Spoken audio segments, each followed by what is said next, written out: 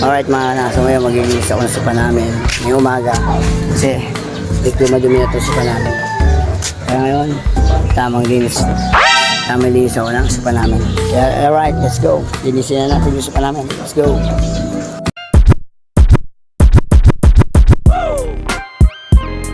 Ayan mga kanaso, magsisimula na ako maglinis. Kita nyo naman dito ang tuba ng aming sopa.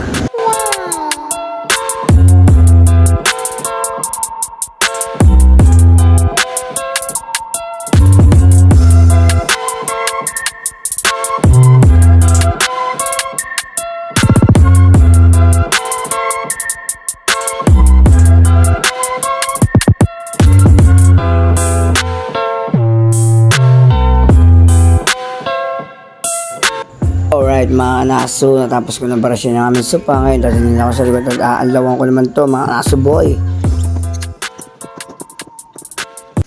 Alright mga kanaso, nakita nyo naman dito ko na nilagay yung sopa sa likod ng bahay namin. Dito ko na sinaalawan para mawala yung sabon. Alam nyo naman pag di mo nalawan, maho, biga. Kanaso yan boy.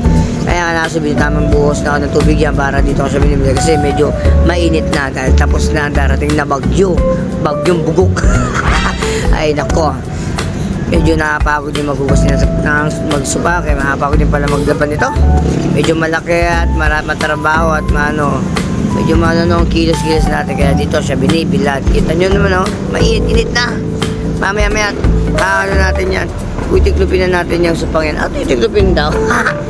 Hindi ko na natin mamaya pagdating ng hapon. At hahawan ko muna para mawala sa sabon. Ayan, sa wakas mga kanaso, sumikat ng haring araw at matutuyo na rin ang aming sopa. Mga kanaso, may papasok na rin sa loob ang sopang rin. Kaya ngayon mga kanaso, kita nyo naman. Alright mga kanaso, natapos na rin ako sa paglinis ng sopa. Ang aming sopa kasi medyo pumasok na ako kasi nagbihis muna kasi medyo basa na ako Alam nyo naman. Kaya kayo mga kanaso, maraming salamat sa mga dito. Like, share nyo naman po ako sa Kanaso Boy at sa Facebook account ko, Kanaso Aldrin Mijares, at sa aking YouTube account, Kanaso Boy. Maraming salamat. Like, share nyo ako sa Peace Bomb.